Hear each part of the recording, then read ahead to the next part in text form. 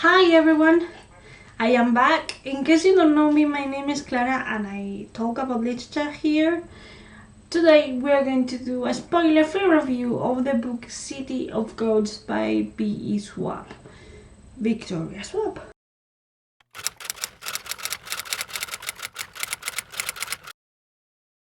I adore Victoria Schwab writing. I have read her through multiple stories, and when I received an email from my UK library saying we have a new audiobook in the loan international loan section, when do you want to check it out, and it was this book, I immediately said yes. So I'm going to talk a little bit about the book if you let me. In City of Ghosts, Victoria Schwab presents as Cassidy Blake, a teenager that is around 13-ish, and she has the ability of seeing ghosts.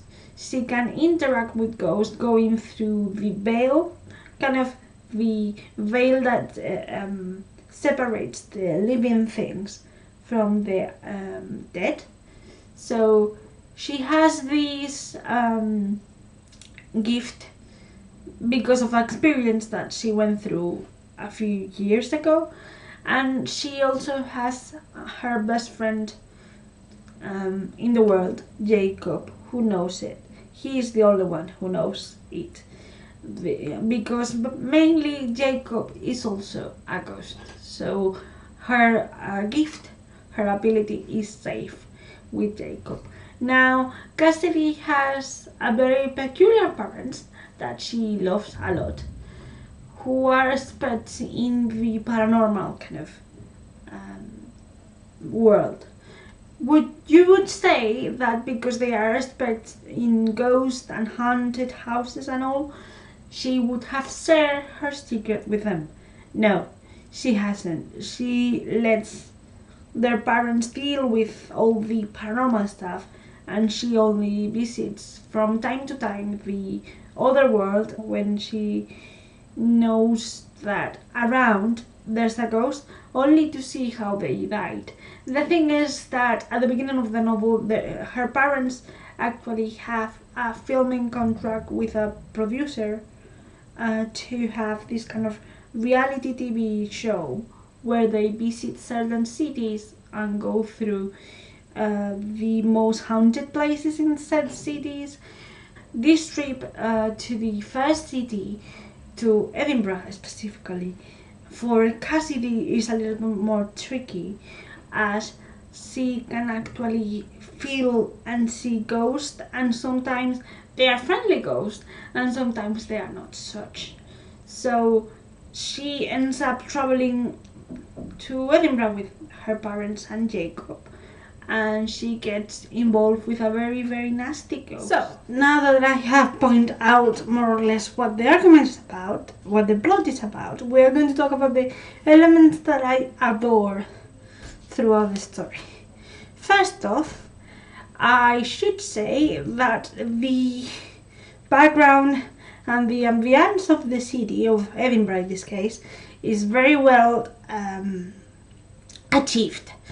So, what I mean by this is that you can actually tell that the author lives in the city, which is true.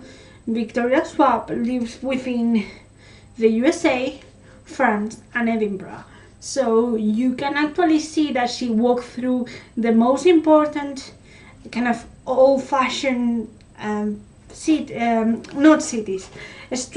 of the city, and she has described the atmosphere and the bubbly ambience of the city, but as well she's very aware of the kind of haunted or eerie aspect of the city. So as someone who has visited the city for 3 days, that has walked by the street mentions the streets mentioned here in the book, I felt that I was in there again, that I was in Scotland again, in Edinburgh, which is a lovely, scary sometimes city, but I miss it very dearly. So it was like going back to that summer, going back to walking by the little closed streets, and also the kind of eerie, haunted, misty feeling that the city has as well. That was a good point. Also, I find that for me, listen to this story through another book, not only because of what I said in previous videos, that because of my work I couldn't actually focus on physically reading because I had to read a lot of stuff for work. So I chose this as a, entertaining read, and also it was my first audiobook with the service of the public library, so I just wanted to give it a try. But in my opinion, I think that this is the best way, or at least the best way for me to consume this story, because it actually helped me to get into the story faster, to be not only experiencing these surroundings that I love a lot, as I said in the previous point that I made, but also it made me feel, if not scared, it made me feel the kind of eeriness of the story. Specifically, I love the narrator voice because she managed to act out every single dialogue, like dubbing every single character with a different voice within her range, so you could actually identify each and every one of the characters just with one sentence. So Cassidy doesn't mix with Jacob's voice because they are completely different voices within the same actor or narrator actually. What I love the most is that she made me feel unsettled in certain parts of the story, where if I was 13 years old or so, or 12, I would be literally scared, because I was very easily scared when I was small. Well, even now, but when I was small, if I was the intended audience of this, I would be terrified, but I would be enjoying the ride. So that was very important. Specifically, I want to congratulate the narrator, which I will tell you which one, who it is actually, because the voice of the villain was really hard to I think to capture, because she is not a contemporary kind of villain. So I find that with voicing her as kind of old-fashioned, elegant, scary sort of person, this kind of person that you see on the street and you feel a shivering going down your spine, that was really hard to actually capture, because you are voicing it out. You don't have the support of the descriptions of the physical book. I have heard that a lot of people kind of criticize that this book has a very different, kind of simpler plot development in comparison with the rest of the works that Victoria Schwab has put out there. However, I don't feel that it's necessarily true.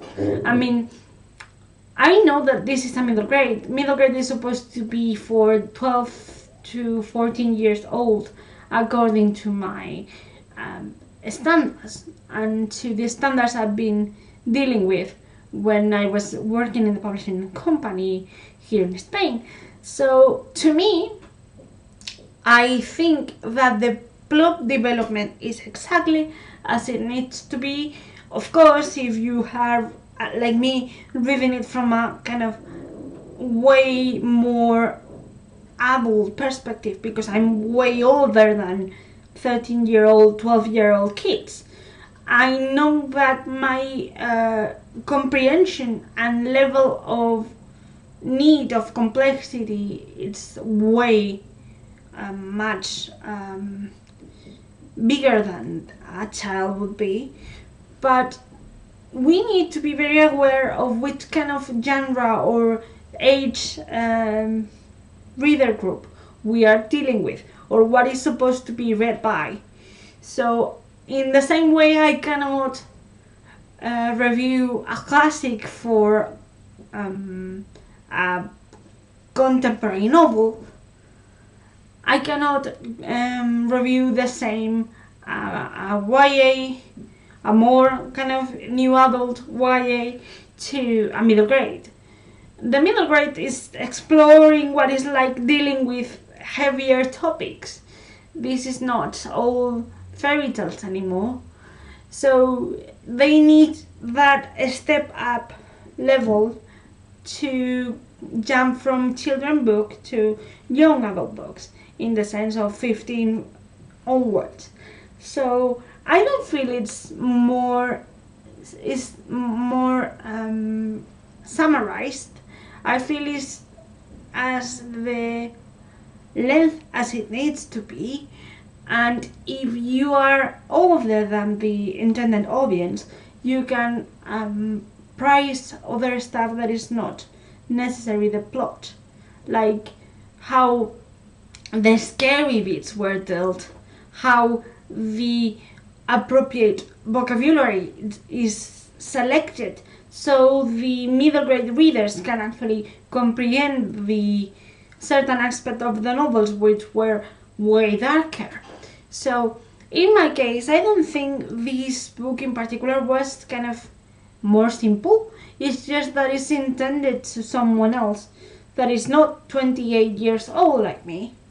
It's a way younger audience that is starting to read by themselves, not following kind of the school prescriptions, or that they want something more out of the kind of children area that they were living before, reading wise.